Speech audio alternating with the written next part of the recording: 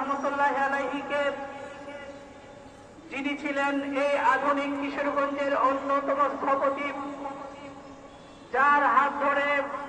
সারা বাংলাদেশে সমৃদ্ধি এবং পরিচিতি লাভ করেছে শহীদি মসজিদ। আমরা শ্রদ্ধার সাথে স্মরণ করছি, যার হাত ধরে আল জামিয়াতুল ইমদাদিয়া প্রতিষ্ঠিত হয়েছে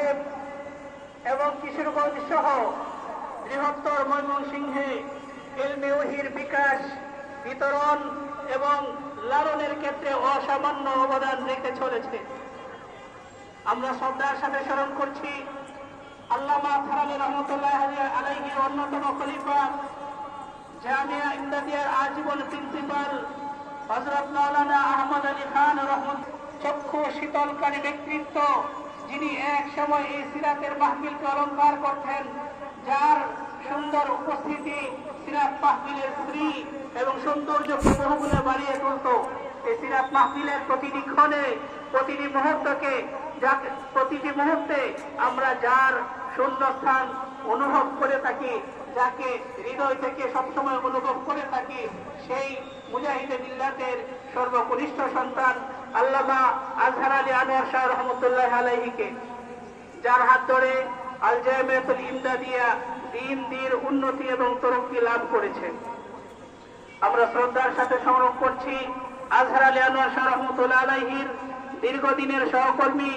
আল জামিয়াতুল ইমদাদিয়ার এক সময়ের ভাইস প্রিন্সিপাল হযরত মাওলানা আতাউর রহমান খান রহমতুল্লাহ আলাইহিকে আমরা শ্রদ্ধার সঙ্গে স্মরণ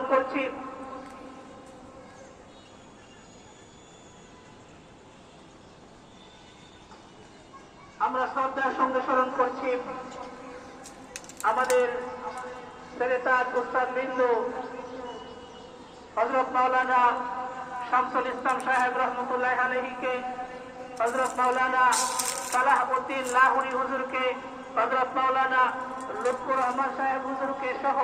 কিশোরগঞ্জের আকাবির এবং বড় উলামায়ে কেরাম, যাদের অবদানে কিশোরগঞ্জ আলোকিত হয়েছে, যাদের অবদানে ধর্মীয় ক্ষেত্রে কিশোরগঞ্জ সমৃদ্ধি লাভ করেছে। আমরা